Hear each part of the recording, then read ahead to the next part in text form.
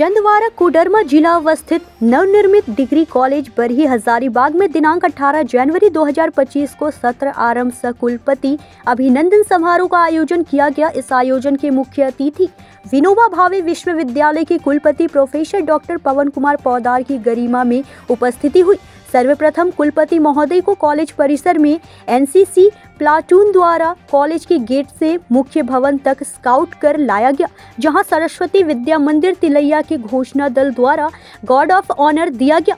तत्पश्चात मुख्य द्वार पर तिलक वंदन कर मुख्य अतिथि को सभा कक्ष में ले जाया गया। सर्वप्रथम मुख्य अतिथि ने संत विनोबा भावे के तस्वीर पर माल्यार्पण, दीप प्रज्वलन तथा पुष्प अर्पण के द्वारा सत्र आरंभ का उद्घोष किए। पंखों से नहीं छूती है, हौसलों से उड़ा देती है, तो वे हौसले आपके पास हैं, होने चाहिए। और इन्हीं हौसलों को, संघर्षों को, साधना के साथ आप अपने लक्ष्य को पूरा करिए।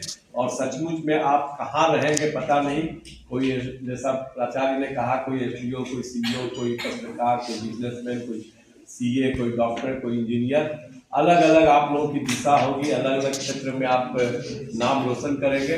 लेकिन जो एक बात सामान्य और कॉमन होगी, जो सबों में होगी, वो होगी कि आप सब इंसान बने रहेंगे। इंसान बनिए और सभ्यता और संस्कृति को अपना रखिए।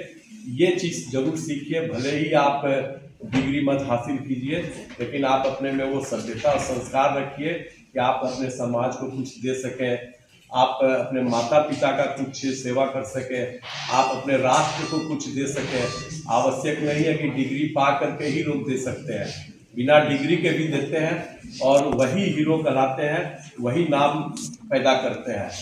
तो आप में वो जज्बा होना चाहिए। एक उदाहरण देता हूँ मैं आपको कि एक प्रतियोगिता हो रही थी दौड़ की।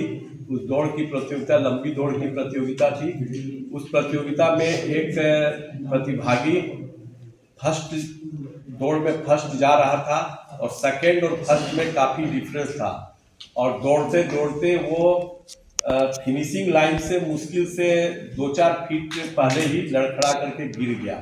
और उसके पीछे जो दूसरा प्रतिभागी था, दूसरी कंट्री का, वो प्रतिभागी चाहता तो दौड़ करके प्रथम हो सकता था, लेकिन वह दौड़ करके प्रथम नहीं हुआ और गिरे हुए प्रतिभागी को उठाया और उठा करके उसको सहारा दे करके और फर्स्ट उसको करवा दिया और अपने सेकंड हुआ।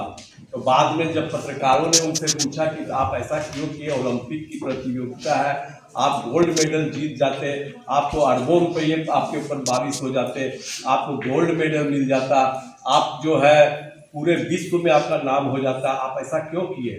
तो बोले कि नहीं, असली हकदार तो वही था उसको जीतने का और वही उस लाइन तक पहुंचने का हकदार था, हम उसके हकदार नहीं थे। और अगर हम जीत जाते तो हमें गोल्ड मेडल जरूर पा जाते, गोल्ड का मेडल, लेकिन स्वतः हीरा आज हम बन गए हैं। ये काम कर करके हम खुद जो है एक डायमंड बन गए हैं और सचमुच में आज उसको हम लोग याद करते हैं। ऐसे गोल्ड मेडल जीतने वाले बहुत हैं, हम लोग याद नहीं करते हैं, लेकिन उस प्रतिभागी को हम लोग इतिहास के पन्नों में वह रचा गया।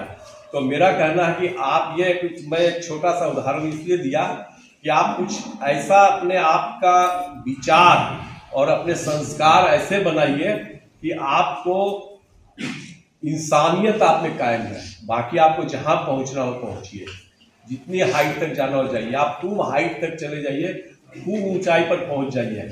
और आपके पिताजी यहाँ घर में बीमार हैं, तड़प रहे हैं, उनको दवा देने वाला नहीं है और आप वहाँ से चल के आएंगे नहीं, उनको देखेंगे नहीं, उनसे बात ही नहीं कर पाएंगे। तो वो आपको, जो पिताजी ने जो आपको इतना बड़ा आदमी बनाया है और आप उनको देखने नहीं आएंगे, आप समाज को कुछ नहीं देंगे, तो आपका वो बनना कोई काम का नहीं है, वह जीरो है आपके लिए, किसी के लिए भी। तो मेरा यही संदेश रहेगा कि आप अभी जो होलिस्टिक डेवलपमेंट है, आप अपना शैक्षणिक विकास भी कीजिए, मानसिक विकास भी कीजिए, शारीरिक विकास भी कीजिए, आध्यात्मिक विकास भी कीजिए, चारित्रिक विकास भी कीजिए, नैतिक विकास भी कीजिए। आप सारा अपना डेवलपमेंट करते हुए बढ़िए। यही शिक्षा का मूल उद्देश्य है। शिक्षा का मूल उद्देश्य यह नहीं है कि हम जीविकोपार्जन करें। जीविकोपार्जन तो एक मजदूर अनपढ़ आदमी भी कर लेता है, अपने जीविका का उपार्जन। लेकिन आप शिक्षा के बाद आपका मूल उद्देश्य यही होना चाहिए कि आप एक इंसान बनिए। बुरी आदतों पर मत पड़िए, यही हम कहना चाहेंगे आप लोगों को। और एक बात और कहना चाहेंगे प्राचार्य महोदय के सहयोग से आप लोगों को, कि ये जब बाहर में हमने जमीन देखी है चारों बगल आपके, ये जो पड़ी हुई जमीन है, यह देखने के बाद आपके चेहरे जितने मुस्कुराहट लग रहा है वैसे जमीन में मुस्कुराहट नहीं लग रही है। तो आप लोग अगर 200 बच्चे हैं तो मैं प्रिंसिपल साहब को कहूँगा कि 10-10 बच्चे को 20 ग्रुप बना दीजिए और 20 ग्रुप के नाम को मालिक बना दीजिए इस जमीन का। जब तक आप इस कॉलेज में पढ़ते हैं तब तक उस जमीन के मालिक आप हैं। चिन्हित कर दीजिए, यह जमीन इस ग्रुप का, यह जमीन इस ग्रुप का, यह जमीन इस ग्रुप का।